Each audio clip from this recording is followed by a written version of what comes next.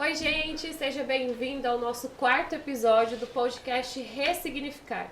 Hoje nós vamos tratar de um tema muito interessante que a gente já abordou em vários outros episódios aqui, que é o luto não é uma sentença. E hoje a gente traz uma pessoa maravilhosa, nossa amiga, terapeuta, Mariana Marques, psicóloga infantil, especialista em atendimento de crianças com autismo em um contexto clínico e escolar. A Mari também faz intervenções precoces, atua no mercado já há 8 anos, né, Mari? Sim. E auxilia mães também nesse processo todo terapêutico, né, nas terapias dos seus filhos. Mari também é uma mãe atípica como eu, como a Érica, mãe do Gabriel, de 3 anos, esposa do Jonathan, também é uma mulher de fé, uma mulher cristã, e está aqui hoje para contar tudo o que passou na vida dela e todos os conceitos, né, desse tema que a gente já aborda sempre sobre o luto, o que fazer depois desse luto, como é que vocês se sentem, né? Eu dei a minha experiência aqui e hoje a gente quer ouvir um pouco de você. Mari, conta pra gente aí esse processo que você tem feito tanto, ajudado tantas mães, tantas famílias a ressignificar. Bem, pessoal, é um prazer estar aqui com vocês. Prazer é nosso. É uma honra, né? Muito obrigada pelo convite. Esse processo de ressignificar, ele é gradativo, né? Ele não é de um dia para a noite. O diagnóstico, ele causa algum impacto em nós mães atípicas, né? Quando nós recebemos e tudo mais. E o que eu puder contribuir, né, com vocês nesse processo, para a gente ajudar outras mães, nós estamos juntos. Então vamos Seja lá. muito bem-vinda. É isso aí. Então vamos à primeira pergunta aqui com você. Você pode nos explicar o processo do luto e as suas fases do pós-diagnóstico? Como se manifesta através, tanto com os pais e também com as crianças? Sim. O processo do luto pós-diagnóstico, ele acontece de uma forma única, subjetiva para cada pessoa, para cada pai, para cada mãe, né? Temos várias partes do luto. Né? Como assim? Nós temos o processo primeiro de choque, né? Aquele primeiro impacto, quando, né, o médico tá ali, né, e vai dar. Antes disso já levanta-se as suspeitas, ou algum parente. Hoje também a escola, ela é bem capacitada junto com os profissionais para isso. Então ali você já começa a ter aquele sentimento meio, opa, o que pode ser? Principalmente para a mãe, né? Hoje a informação, o acesso da informação sobre a questão das várias, digamos, desordens do neurodesenvolvimento, elas estão ao nosso conhecimento, principalmente o TEA, né? É uma questão que está sendo bem enfatizada, bem falada, né? E aí vai-se para aquele processo mesmo de levar um profissional, e ali o profissional faz aquela avaliação e logo já vem um diagnóstico, né? Nesse primeiro momento é um choque que dá na família, né? Sim, no pai, na mãe, né? Então o primeiro nível assim é aquela fase do choque. Depois vem aquela tristeza, né? Diante ali, poxa, nossa... Por que comigo? O que aconteceu? Tem muita mãe que fala, o que eu fiz de errado, O que eu fiz de errado? Vem aquela culpa, né? Tentando... Por que o meu filho não é normal? Como os outros, né? Então vem toda essa questão, né? Depois vem aquela questão da raiva, dá o sentimento de raiva, né? Mas a raiva de você, da mãe, da gente, assim, o processo? O processo de raiva, ele é bem dicotômico. Tanto assim como nós mães, né? Como também até mesmo do quadro clínico. Entendi. Né? Então, o quadro clínico ali da raiva. Do diagnóstico em si. Do diagnóstico em si. Como, por exemplo, vou te dar um exemplo. O Gabriel TEA, né? As pessoas falam assim, mas é um nível de suporte que o Gabriel tem leve, não é um nível de suporte 3, que é muito mais complexo, mas cada nível de suporte ele tem as suas complicações, ele tem as questões, né, ali de vivência. E tem momentos, vamos dizer assim, que não é um choro, é uma crise, que dá uma raiva, assim, você fala, gente, mas por que existe esse tal desse diagnóstico? Por que existe esse tal de autismo? Né? Olha só, meu filho sofrendo. Porque nós, como mães, nós preferimos que o sofrimento esteja na gente do que no nosso filho. Né? Então, às vezes, dá raiva, assim, do próprio diagnóstico ali, do próprio quadro clínico ali, né? Eu acredito que com todas as mães, independente se é TEA, se é T21, né? Eu acredito que em todos os aspectos, né? Dependendo do quadro ali. Então dá essa questão ali no quadro, né? Do emocional, dá aquele sentimento de raiva ali. Uma angústia, né, Mari, também, talvez de não poder fazer, né, pela criança, fazer com que ela se acalme, que ela passe por aquilo ali de uma forma leve, como as outras sentimento crianças de impotência, passariam, né? Que eu acho tem. que é mais ou menos isso, né? Sim, e aí depois né, dessa questão da raiva e assim, aí vem aquele sentimento de solidão, né? Uau. Por que esse sentimento de solidão ele vem, né? Porque é um momento que você pensa assim, poxa, e agora?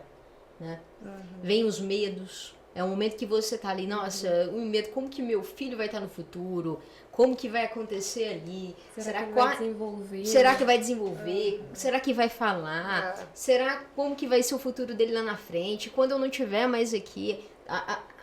A maior preocupação de um pai, uma mãe atípica é quando não estiver aqui, né? É verdade. A maior preocupação é essa, né? Então tem toda essa questão, todo esse amparato ali, né?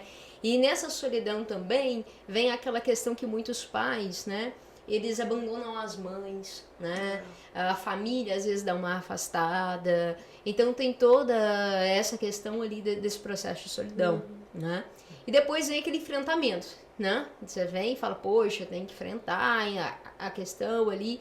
Mas infelizmente algum termo ou outro vem também a negação, o sentimento de negação, né? Mariana, isso acontece nesses estágios? Não. Cada pessoa ela vai viver o luto de uma forma. De uma forma. Né? Não é um protocolo. Não é um protocolo que vai linear, seguir. Não é linear. Por exemplo, uns podem passar pela fase de negação, ok, e já ir direto para o enfrentamento. Você entendeu? Entendi. Outros podem passar pela fase da tristeza e já ir direto para o enfrentamento. Né? Não é uma questão ali linear que vai acontecer, porque tem que passar por esse estágio, depois vai uma escada. Não, que eu isso acho que acontece. tem a ver também com o ambiente, né? Que essa pessoa está inserida.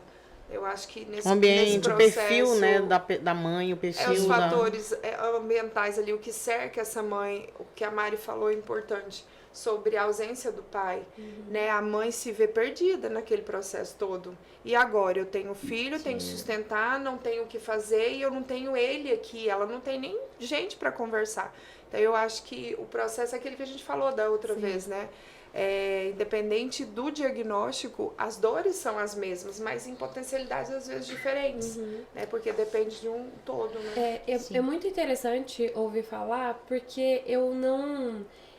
Minha experiência, né? Eu olhava pra mim e falava assim, eu não passei por essa fase de luto, porque pra mim foi tudo muito rápido, né? Enquanto quem tava ali à minha volta, família mesmo, falava assim, não tem nada, daqui a pouco a gente vai descobrir que esse diagnóstico, né, não tá correto e tal. Pra mim era assim, vamos que tem que resolver.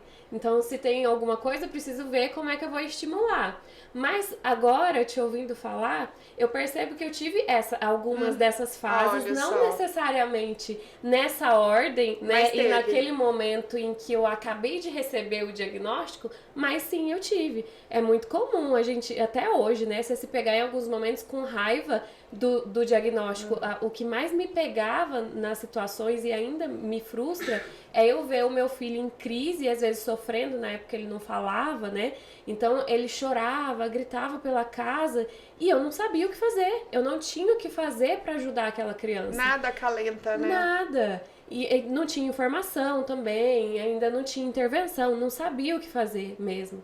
E é claro que você fica com raiva, né? E é claro que você se pergunta, é claro que vem a tristeza. Então eu consigo perceber nisso e também no momento de solidão que é quando acontece a reconfiguração da vida inteira, né? De amigos mesmo, de situações sociais em que você estava habituado e que de repente você se vê reorganizando não só por conta da criança, mas porque as suas prioridades são outras, você se vê em um momento diferente e aí esse momento de solidão te faz reconfigurar tudo aquilo. Então é um conhecimento muito interessante para mim agora, nesse momento, perceber como essas fases estão, às vezes, ali embutidas, né? De uma forma que a gente não percebe. Que pra mim é assim, não, passei. Eu não fiquei lamentando o diagnóstico, mas é muito legal a gente perceber isso. O luto não é necessariamente lamentar o diagnóstico, mas é você saber lidar, é ter esse processo para lidar com isso, né? Com a informação. Sim, quando eu recebi o diagnóstico do Gabriel, eu já suspeitava desde quando ele estava com uns 10 meses, 9 para 10 meses, começou a apresentar os primeiros sinais, né?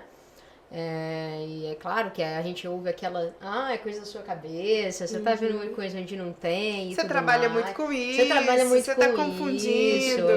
Nossa, você lida o dia todo, seu serviço aí você tá vendo coisas onde não tem. Então, né... e sempre o meu esposo, ele negando, né? O Jonathan falava, não, amor, o Gabriel parece com você, o jeito de vocês se parecem muito, é a sua personalidade. Sempre vem, né, nesse ponto, né? Sempre observando o atraso de fala é um dos sinais que mais nos preocupa, né?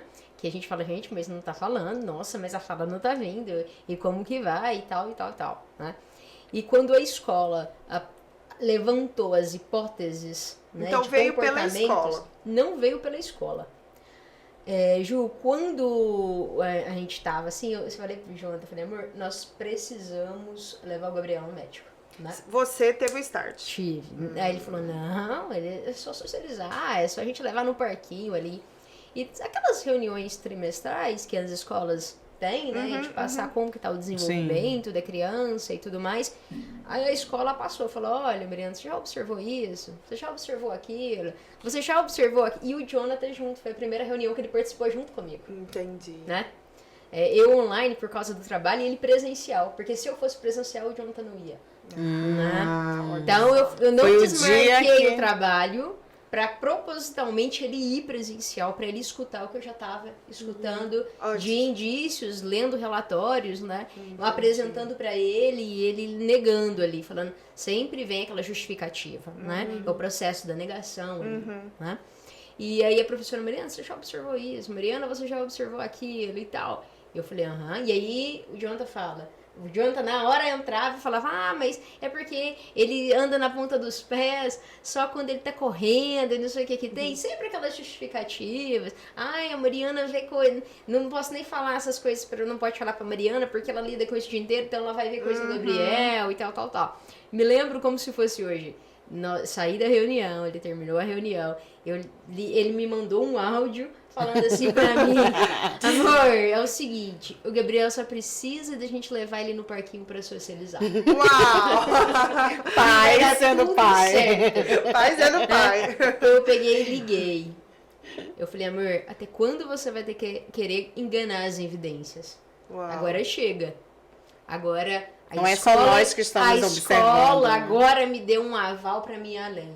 Uau. Né? Então, dentro de um processo de uma semana, nesse momento a gente consegue ter mães, né, ao nosso redor que favorece brotam, né, Mari? Brotam. Que ajuda a gente a conseguir consulta com neuro, porque um neuro pediatra bom, gente, aqui em Goiânia é difícil você encontrar. Né? E pelos planos, você se esquece. Você tem que, né? E aí nós marcamos e tudo na mesma semana. Demorava 4 meses para marcar com esse neuro. A gente conseguiu na mesma semana. Nossa, que legal. E veio o diagnóstico. Né? O médico falou, eu falei, olha, doutor, eu não tenho dúvida, eu tô aqui e meu esposo junto, né? O Jonathan junto, tô aqui pro Jonathan ver. Se o senhor olhar e avaliar que não é, que bom. Mas eu já tô preparado pro diagnóstico, que eu já sei que vai vir, né? E o médico falou, olha, eu não tenho dúvida. Tá os finais assim. E Jonathan nessa história Jonathan, toda? nessa história, ele ficou assim. Mas quando a gente sair, a gente vai pro parquinho. A gente vai Vai no batata parquinho. E assim, eu lembro que eu vivenciei, chorei muito, né? E o Jonathan perguntava assim pra mim, amor, mas você tá na área, o Gabriel é nível... Você já tava preparado. Você já tava preparado. Mas o chorar é um medo do mundo, Eu não sei. do medo ali da Sim, questão, do processo que ele vai passar. ali, de como que ele vai passar. Mas né? de como Por- seria o mas porvir, né? como seria? Aquela ansiedade do que tem pra do frente. que tem, porque assim, gente, é uma luta com escola. Ah. É uma luta com terapia. Nem nos fale! Né? É luta, porque se você não tiver conhecimento, se você não tiver entendimento ali de leis, não é? Entendimento de como as intervenções elas têm que acontecer, a medida que elas têm que acontecer, a maneira que tem que acontecer, a forma que você tem que também fazer o seu papel de mãe e de pai para estimular. Se você não tiver, digamos assim, entendimento disso, você deixa o mar correr. Você entendeu? E isso prejudica o desenvolvimento Da criança. da criança. Totalmente prejudica o desenvolvimento, né? Então, tem essas fases, você tem que estar preparado, né? Então, eu chorava, eu dizia, mas por que você tá chorando e tal? E eu lembro que eu saí da igreja, foi um dia que eu saí da igreja, uma pastora orou por mim, eu contei pra ela, foi próximo do Dia das Mães que eu descobri o diagnóstico, né? E ela falou, Mariana, eu vou te dizer uma coisa, eu não esqueço disso, porque hoje é o meu lema, assim, que eu sempre oro, né? Busco, né, intensificar, assim, que ela falou assim, eu já vi muitos andar no sobrenatural deste diagnóstico de autismo. Eu pensei, Senhor, o meu filho, ele irá andar no sobrenatural deste diagnóstico. Porque eu creio na promessa que o Senhor tem para a vida dele. Então, isso vai, né, nos transparecendo, a gente vai lutando, a gente vai em busca, mas em uma hora ou outra a gente passa por esses lutos. Não que significa que você passou, tá lá no processo de aceitação, que você não vai vivenciar uma parte lá atrás. Sim. Uma hora ou outra ela vai mexer. E eu queria te perguntar exatamente sobre isso, né? Tem ali mais ou menos um período em que isso acontece? Tem uma média? Como é que funciona esse processo? Olha, cada uma, Érica, vai pela forma subjetiva, sabe? Cada um tem um processo que tem que se passar, né? Um processo que tem que vivenciar. É claro que tem algumas famílias que elas vão precisar de uma ajuda, digamos, de terapias, às vezes medicamentosas, até mesmo para suportar o processo, né? No caso dos pais também, não só as crianças. Eu falo dos pais, nesse processo de luto dos pais. Entendi. Né? Não falo Porque a nem criança, praticamente, ela não tem noção Não, ela não tem. de onde ela está. Não, ela não tá E ela nessa se percebe questão. quando, Mari? Já dando essa complementação. Acho que nem tá na nossa pergunta, mas me veio isso no coração. Depende da parte cognitiva da Do criança, cognitivo. né? Vai depender muito das questões cognitivas. Né? Mas vamos supor, se for um nível de suporte entre 1 e 2, por volta dos 8, 9 anos, a criança ela já começa a perceber que é diferente. Que ela é diferente dos amigos. Que o jeito é diferente ali de brincar, que a forma é diferente. Porque vai tirando o olhar de si e já vai pra volta. No Entendi. entorno ali. Entendi. Você entende? E tipo, eu não me encaixo, eu não me tô... encaixo aqui. Gente, eu sou tal. assim a pessoa pra dizer que estou vivendo isso. Agora, 8 anos hoje, né? É, Literalmente. porque é exatamente a fase que o Theo passa nesse momento.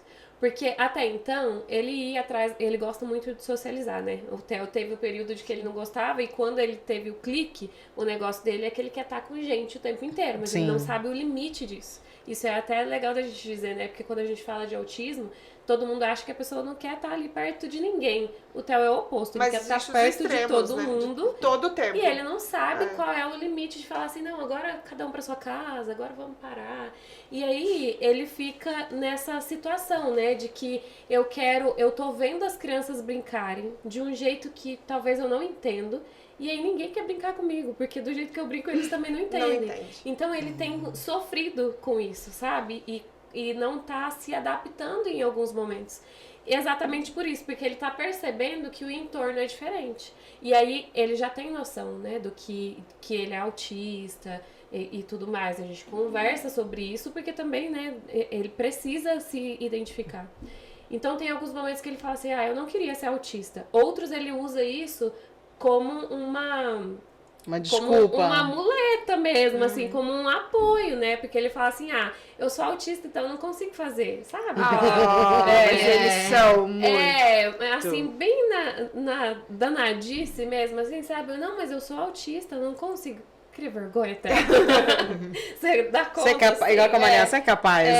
Fala pra Mariana. Não, mas é só realmente pra, sabe, dar uma desculpa e não se esforçar porque tá ali naquela preguiça. Mas ele tá exatamente nessa fase de olhar mesmo o em volta e perceber que tem diferenças, né? E lidar com isso também é um processo. Por isso que eu pergunto, quanto tempo duraria esse luto? Porque tem outras fases que a gente passa da criança que talvez isso realmente retorna, né? Até porque é possível que mesmo depois que a gente tem o diagnóstico, tem algumas regressões no desenvolvimento. E isso também impacta bastante, né? Então é possível que esse luto retorne? Acontece, né? Essas regressões. Possível, porque você entende que não é um linear, né? Por não ser um linear por essas fases, nós temos uma questão dos quadros clínicos do TEA que tem algumas regressões. A gente tem um autismo que é regressivo e dentro de casos que não são de autismo regressivo, que nós vamos ter um retrocesso. Por que a gente tem um retrocesso dentro de quadros que não é um autismo regressivo, né? Hoje a ciência está estudando isso, está compreendendo essas questões, que sempre que a gente tem um retrocesso em alguma área, outra ela vai sobressair. Outra é para o desenvolvimento maior. E aí você vai ver que teve um retrocesso rápido assim, é um período rápido, tem que ser um período passageiro, né? O terapeuta mesmo, ele vai observando as intervenções, no processo, né, ali que ele está estimulando, e logo ele começa a engatilhar, mas já com uma nova conquista de novas habilidades, né? Então é a mesma coisa que o cérebro do autista dá uma parada, opa, tem nova informação e pum. É literalmente um passo para trás para dar dois para frente. Isso, tem alguns casos que a gente precisa retroceder para a gente avançar. É o mesmo que a gente tem dentro, né, de alguns quadros clínicos. Mas nós não podemos esquecer que a gente tem sim o autismo regressivo, que a gente só vai regredindo cada vez mais, né? E aí a gente precisa das intervenções para que essa regressão, né, a gente trabalhe nessa neuroplasticidade cerebral, para que a gente motive esse cérebro a expandir, né, as habilidades. Mari, e quais são as estratégias para enfrentar esse processo que você recomenda para os pais? Érica, assim, cada um tem uma forma de enfrentamento, né? Mas, normalmente, tem uma via que ela... Não é que ela é a melhor, né? Mas é a que a pessoa, que o pai, que a mãe, ela vai se sentir mais confortável com a situação, né? Uma delas é a terapia, né? Que vai, processo terapêutico. E outro são grupos de pais. Né? Nesses grupos de pais... é onde o grupo ele não começa terapêutico. É interessante a gente falar isso, que o grupo, quando a gente vai fazer um grupo de pais, por isso que muitos terapeutas grupais ali do processo terapêutico de grupo de pais de crianças autistas, eles se perdem, né? O coordenador do grupo ele se perde, porque ele não começa terapêutico. Né? Ele começa um grupo de conversa, ele se torna terapêutico. Por que ele se torna terapêutico? Porque à medida que aquele outro fala, um do grupo, ele vem te fortalecendo e te curando, ressignificando aquele passado seu, né? Que você está passando ali daquele processo. E aí o mediador desse grupo, ele vai conseguindo, digamos assim, aplicar as questões terapêuticas, as estratégias terapêuticas de enfrentamento do luto. Entende? Mas tinha que ser o contrário? Você, no seu modo de pensar, teria que começar essas bases, esses grupos, já no terapêutico? Não, Ju. Como assim? Eu vou te dizer assim, ele não começa terapêutico. Mas deveria? Não propriamente, não. Não, porque ele não vai começar terapêutico. De qualquer forma. De qualquer forma, ele começa como um grupo de conversa para falar das emoções. Ele vai começar como um grupo. Entendi. Por mais que ele tá ali como estratégia terapêutica, nunca vai ser. Ele não vai ser terapêutico. Entendi. Ele vai se tornar terapêutico. Entendi. Você entendeu o processo Por de conta que construção? você falou, que cada um vai dividir as suas experiências e um já está mais avançado Do que o ou já outro. curou Sim, a mas experiência. e Pamela, não é só isso também. Nós temos uma questão voltada por se tornar terapêutico esse grupo, por conta do amadurecimento do grupo. Ele vai crescendo, amadurecendo. Não tem a maturidade cognitiva, que a gente passa, criança, bebê e tal. E a gente, até os 23 anos, a gente tá nessa maturidade cognitiva. Sim. Né? A mesma questão é a maturidade do grupo em si. Começa com os pais ali, com as crianças, às vezes, dentro desse grupo, porque muitos não têm rede de apoio, né? Então, tem toda essa questão. De repente, o grupo ele vai ficando mais sério. Como que ele vai ficando mais sério? Os integrantes desse grupo, ele vai vendo... Sabe aquela questão daquela energia grupal ali, quando a gente tá junto e tal? Nossa, eu tenho um compromisso tal dia. Não posso Deixa esquecer. tudo pra estar. Eu preciso estar lá naquele local. Entendi. Pertencimento, né? Você entende que aí você vai vendo que esse processo está tornando terapêutico? Né?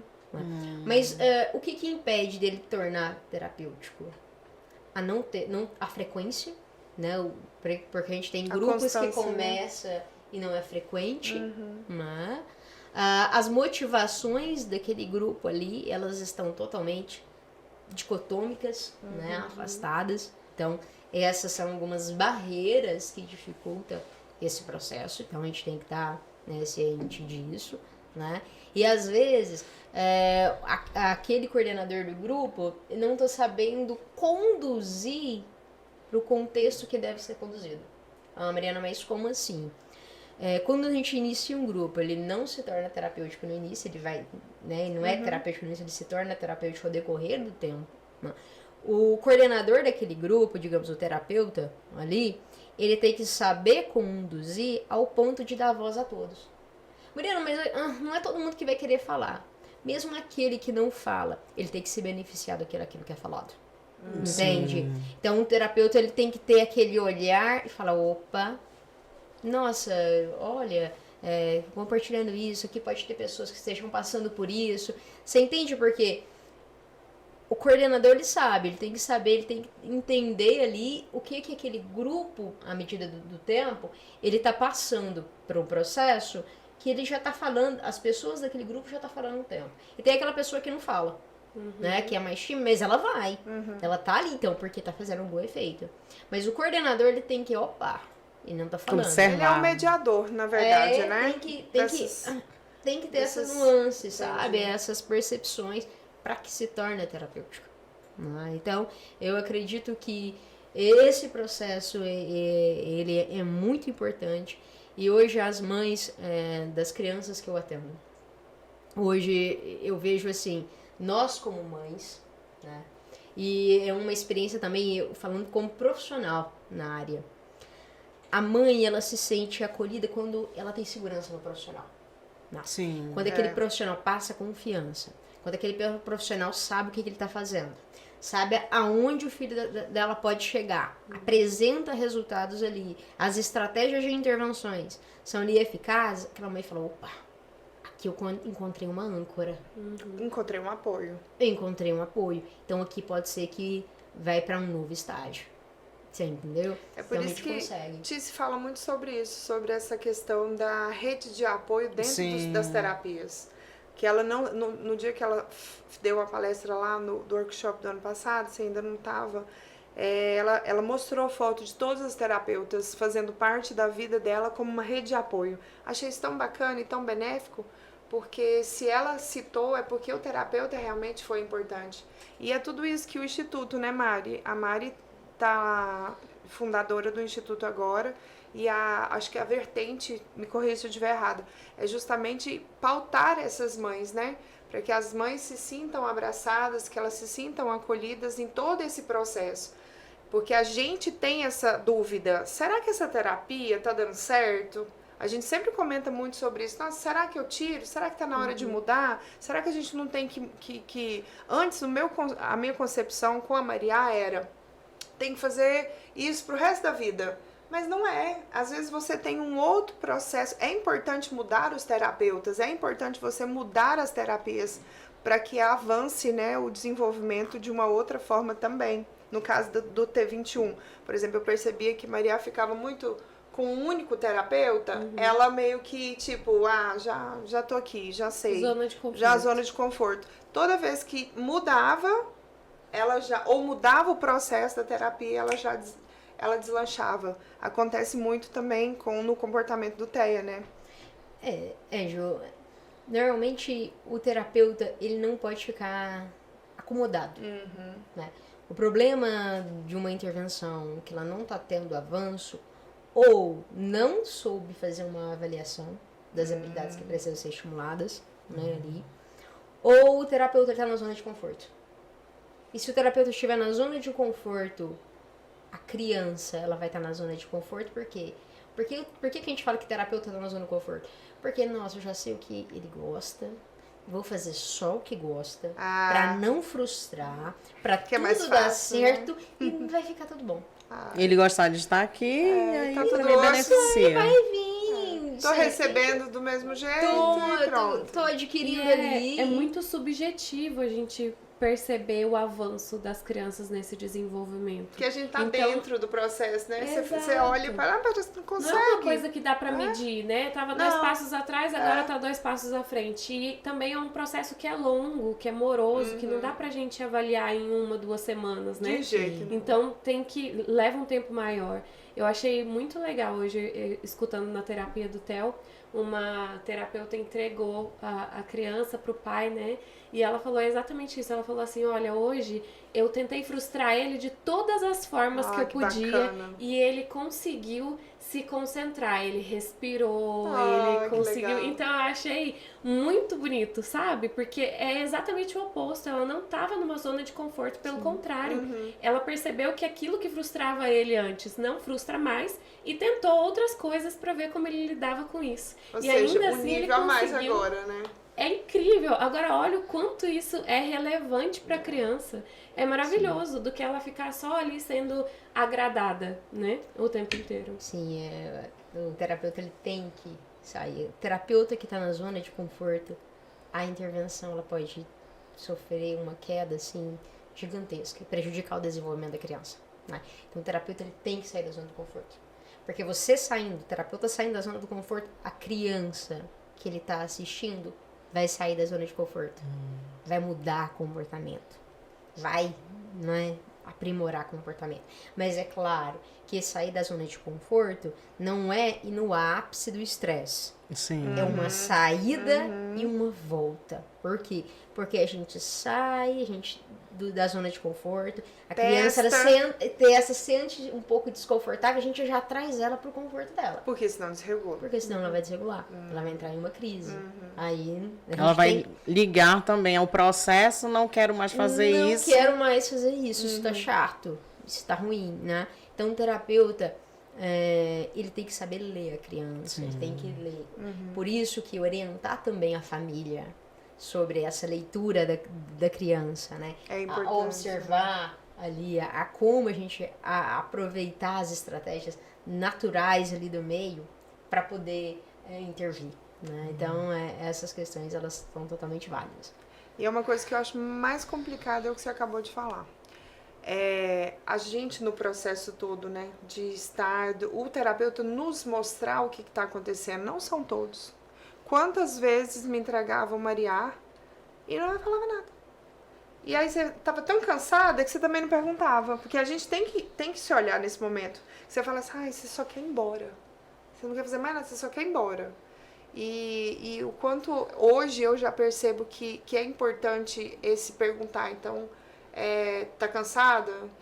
Respira e fala, mas e aí, o que aconteceu? O que ela fez? O que ela mudou? Então, hoje eu já sou essa pessoa que pergunto. Mas antes, muitas vezes eu fui embora assim, não precisa falar também nada, não quero ir embora.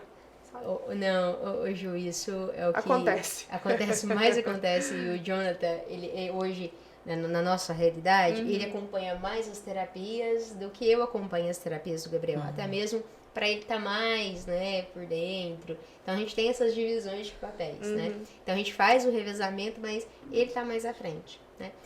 E uma das questões é que ele fala assim, amor, esses terapeutas, eles não falam nada. Uau, Passam tá uma vendo? coisa ou outra, porque assim, gente... Só entrega o menino, né? várias horas de É, terapia. sim. As terapias No são- mesmo dia, né? são Passa por um, por outro. intensas. Passa por vários profissionais. Aí o último profissional, eu tô nessa sala assim de espera, ele pega e ele diz assim, foi tudo muito bem, fez tudo direitinho. É tipo isso. Poxa, gente. O que é tudo? O que é muito bem? O que é direitinho? Você entende? Ele não gritou nenhuma vez, ele não rolou, ele não caiu, não te xingou. Terapeuta, gente, a postura de terapeuta tem que entregar, falando uma profissional, a parte Sim, profissional sim. falando assim, olha, Ju, hoje a Maria, eu trabalhei as habilidades cognitivas com ela, nós estamos fazendo uma distinção, assim, de rastreio visual. Então, teve um crivo ali que ela tinha que olhar esse crivo, tinha que encontrar meios de determinados estímulos. Olha, eu percebi que ela tem uma dificuldade na organização da lateralização do olhar. Como estratégia, eu já comecei a trabalhar ensinando para ela olhar da esquerda para a direita, porque lá no futuro isso vai ajudar ela no processo de leitura. Ninguém fala isso pra gente, não. Você entende que é uma questão que eu apresentei e falei assim, olha, e ainda mais, eu falo, olha, Ju, vamos trabalhar isso? No momento que você estiver lendo a historinha pra ela, vai ler um livro, começa a fazer o rastreio da esquerda pra direita, pra ela fazer a leitura de imagem da esquerda pra direita. Você entende que eu apresentei uma estratégia e que você vai ser minha coterapeuta ali, porque passa a maior parte do tempo com ela. você, comigo é 50 minutos, e ali você vai me ajudar a potencializar o desenvolvimento da sua filha, que vai diminuir tempos e tempos de intervenção. Entende? Isso é uma postura do terapeuta chegar e falar quando vai entregar o seu filho. Né? Não é isso que eu tenho. Né? Hoje, eu como mãe atípica ali, hoje, por exemplo, levei meu filho na terapia. A última terapeuta falou, olha, a gente fez isso aqui, a pinça desse jeito, a forma de pegada assim, a motricidade fina tá assim, mas aí, Mariana, eu vi negócio da tesoura, ele não tá bom na tesoura, eu falei, opa, tesoura o Gabriel é bom, porque a mãe dele ensinou ele. Então você não avaliou direito. Nossa, capaz que eu devo ter confundido com outra criança.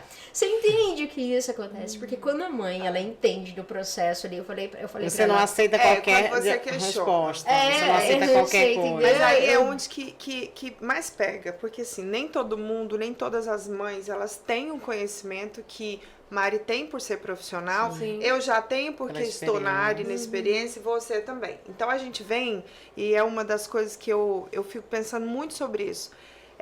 Quando a gente está ali na sala de recepção, né, para esperar os filhos, as mães estão tão cansadas que elas só querem ficar no celular vendo nada.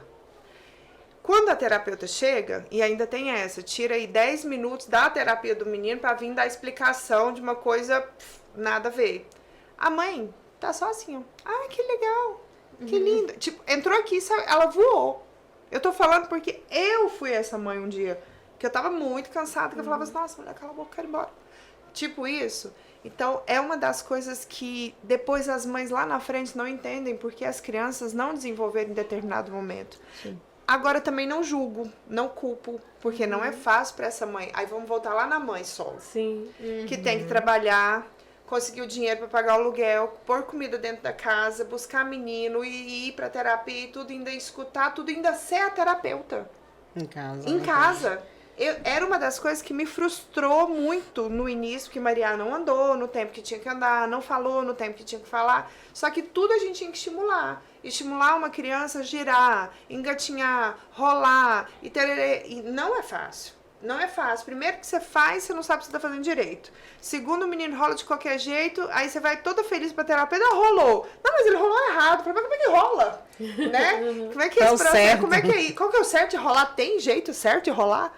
Então, é muito complicado, muito complicado. E as mães se perdem. E aí é onde entra no não me encontro, não me acho, e a mãe vai pra depressão, a mãe já quer ficar sozinha, daqui a pouco ela não quer levar mais o filho pra terapia, ela não quer abrir a porta, e aí acontecem as fatalidades e as coisas que a gente tem visto aí pela TV, né? Sim. Chega num processo, no ápice do cansaço, da sobrecarga, e ela tira a vida do filho e a própria vida. E isso é um contexto real que a gente precisa falar, que a gente precisa alertar, porque todo mundo fala, ai, o Gabriel é nível 1, 2 de suporte, é leve. Não tem nada de leve. Todo diagnóstico, ele vem com peso. Todo diagnóstico, ele vem com uma sobrecarga que a gente não estava esperando. A maternidade típica não é leve, quanto mais atípica. Sim. Né? Então eu brinco muito, e brinco não, falo a verdade, né? Enquanto as minhas amigas estão levando as meninas para o balé, a gente está levando nossos filhos para terapia. Exatamente. Né? Enquanto estão levando para o judô, para natação, a gente está levando para terapia. Então não é leve. Então a gente precisa também desmistificar. É nível 1 é leve. Tem altas habilidades. Hoje mesmo, né, aprovaram a lei lá dentro do Senado de que as altas habilidades não entram. Então, tipo assim, o menino é bom demais e ele não precisa de apoio. Pelo contrário, aí que ele precisa, porque ele não se encaixa. Exato. Ele é bom, e aí as pessoas também têm que entender o outro lado do espectro, né? Não é porque ele tem uma deficiência intelectual, no caso do T21, muitas crianças que ainda não desenvolveram dentro do TEA têm um atraso, que tá tudo certo. As altas habilidades, às vezes, é pior. Porque esse indivíduo, ele nunca vai se encaixar em sala de aula nenhuma. Nenhum professor vai... Então, assim, não tem apoio, não tem cuidado. E essa mãe vai pra onde? Vai ficar em casa? Porque aí ela leva o menino pra escola, dá 2 minutos, o menino não quer fazer nada. Não quer, porque ele sabe ler chinês, alemão, espanhol, e dá um show no professor. E aí a gente não tem políticas públicas, a gente não tem os projetos para beneficiar essas crianças e ajudar esses pais. E aí acaba no luto, né? E assim, é muito dicotômico. Porque se tem deficiência intelectual, a escola ela não sabe trabalhar. É bem isso. Se tem altas habilidades, também não sei trabalhar. A escola também não sabe trabalhar. É bem isso. Não consegue o 880 e nem o meio termo, né? termo. Porque se você tem uma criança que com o diagnóstico ela já não sabe...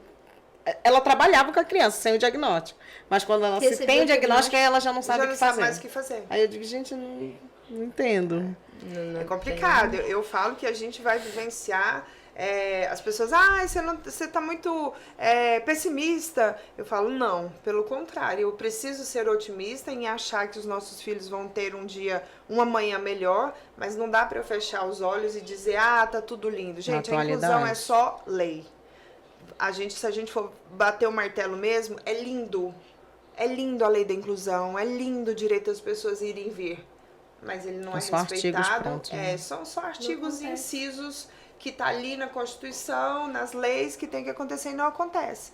E aí, como você vai obrigar, né, um professor que também, se a gente for parar para pensar, não tem um incentivo de uma esfera da sociedade com salário, com dignidade, com recurso, com material, cursos profissionalizantes para ajudar esse professor a cuidar das nossas crianças. Sim.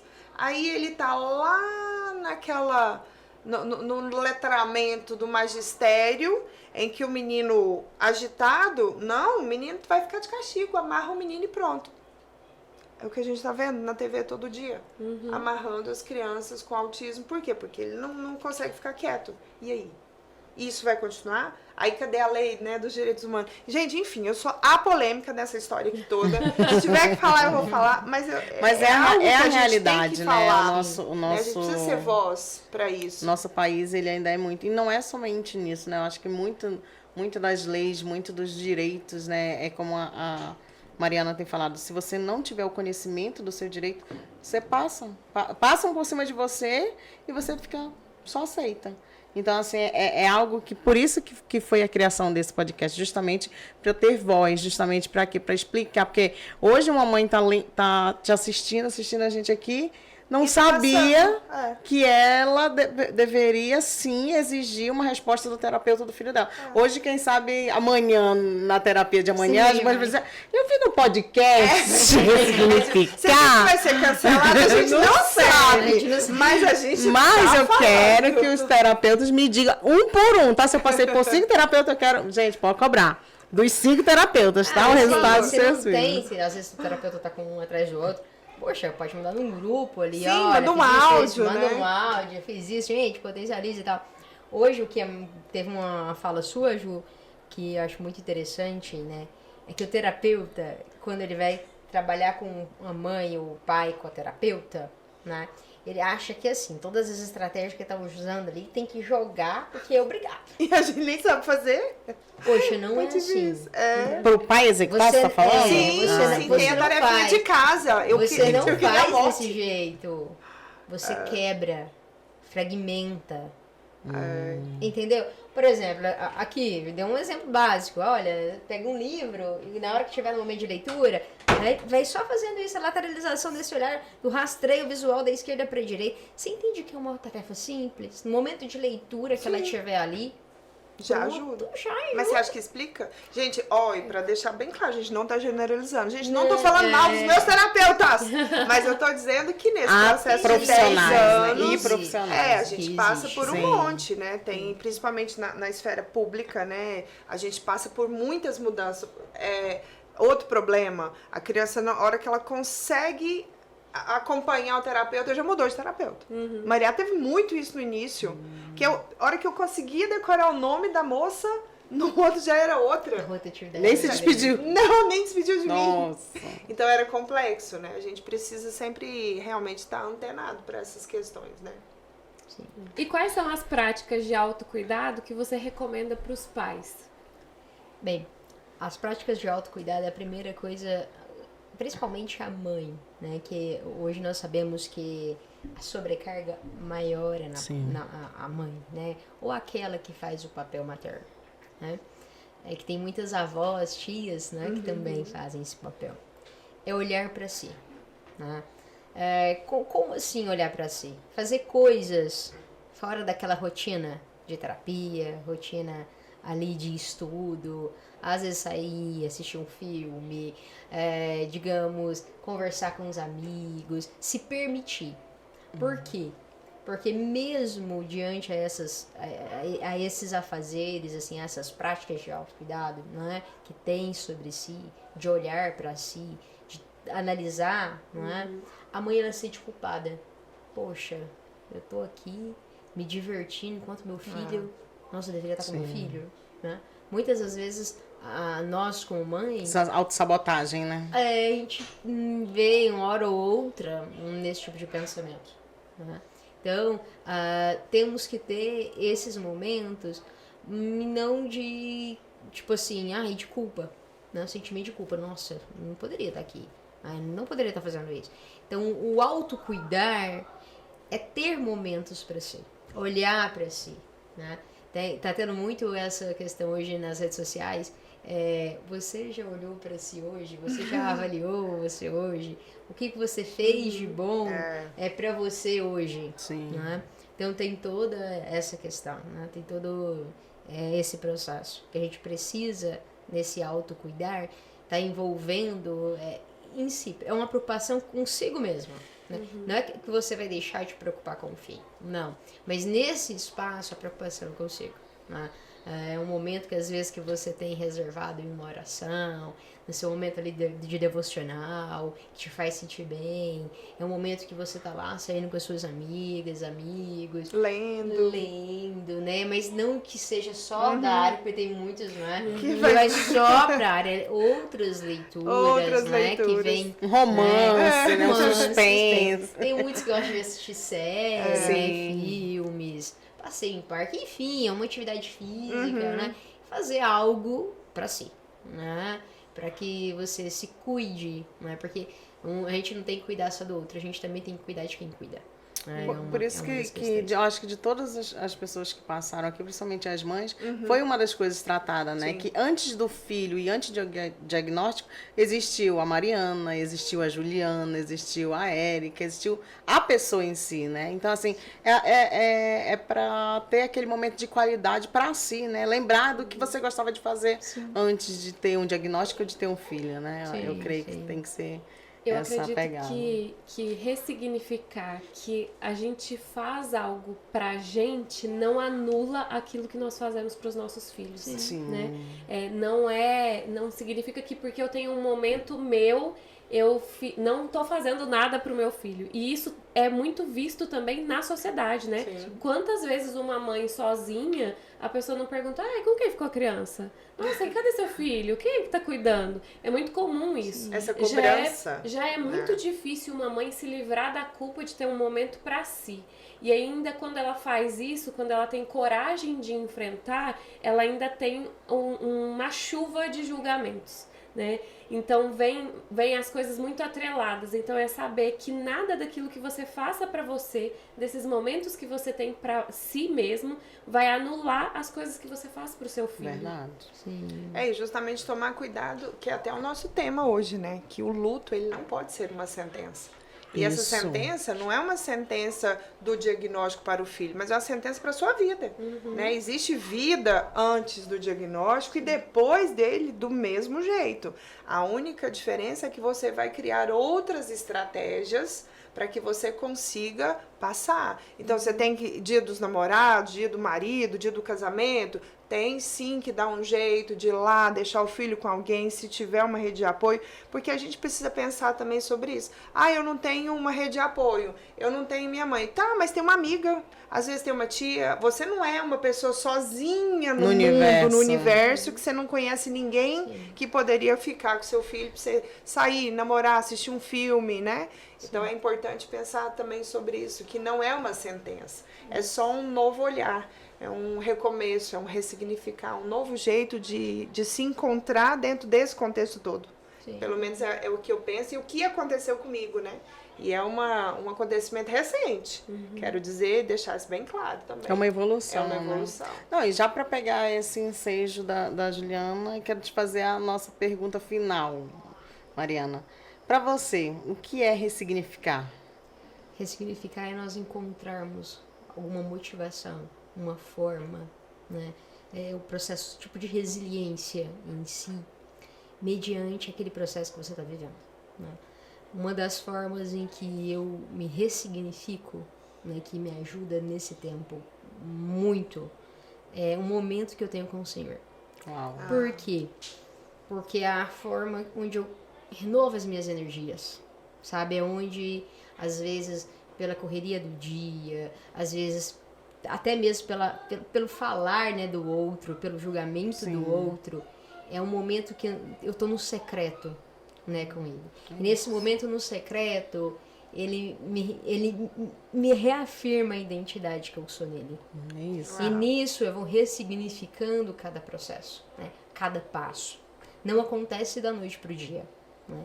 Você precisa investir em tempo, investir em momento, né, para que possa ter esse processo de ressignificar. Porque muitas pessoas pensam assim, aconteceu isso, eu vou ressignificar e tal, e vou ressignificar, já vou começar amanhã. Não, é um processo. Né?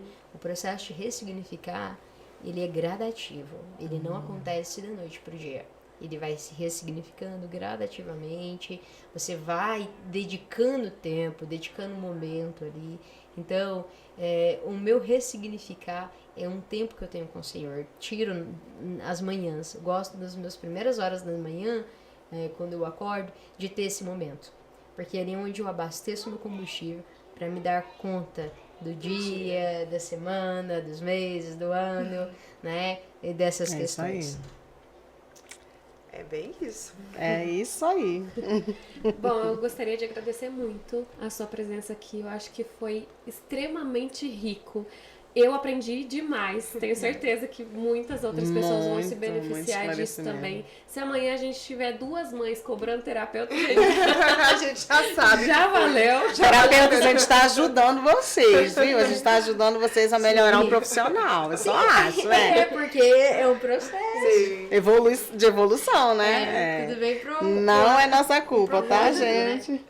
E nós temos muito assunto. Eu tenho certeza que as nossas portas e a nossa cadeira tá aqui a seu dispor, porque tem muitos temas aqui que eu fui pensando ao longo da nossa conversa que eu queria perguntar e que não tá, e que ia fugir demais.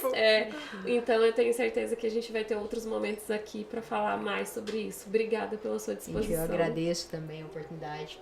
Estamos aí junto, que precisar e eu puder auxiliar e somar, nós estamos juntos. É isso aí, Mariana. Obrigada. Obrigada. E não esqueça, toda sexta-feira, às 20 horas, nós estaremos aqui com um episódio novo, com conversas maravilhosas, francas, para que você possa entender e desmistificar o que é essa inclusão que a gente sempre prega e o que é esse ressignificar. Não saia daí. Olá, seja bem-vindo. Ela vai apresentar, Mariana. Olá, ficou bom não? Não. Seja bem-vindo ao nosso Ressignificar. Não deu também. Seja bem-vindo ao... Me ajuda. Vocês querem ver o que está acontecendo nessa Pode. criança, pelo amor de Deus? Vai lá. Duas As perguntinhas. crianças estão querendo ver a decoração.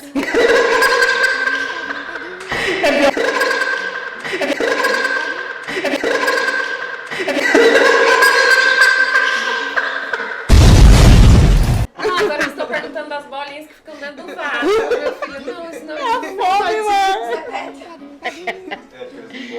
E aonde? E aí? Quais são? Eu só ia avisar pra ele, a Érica. You're the coffee that I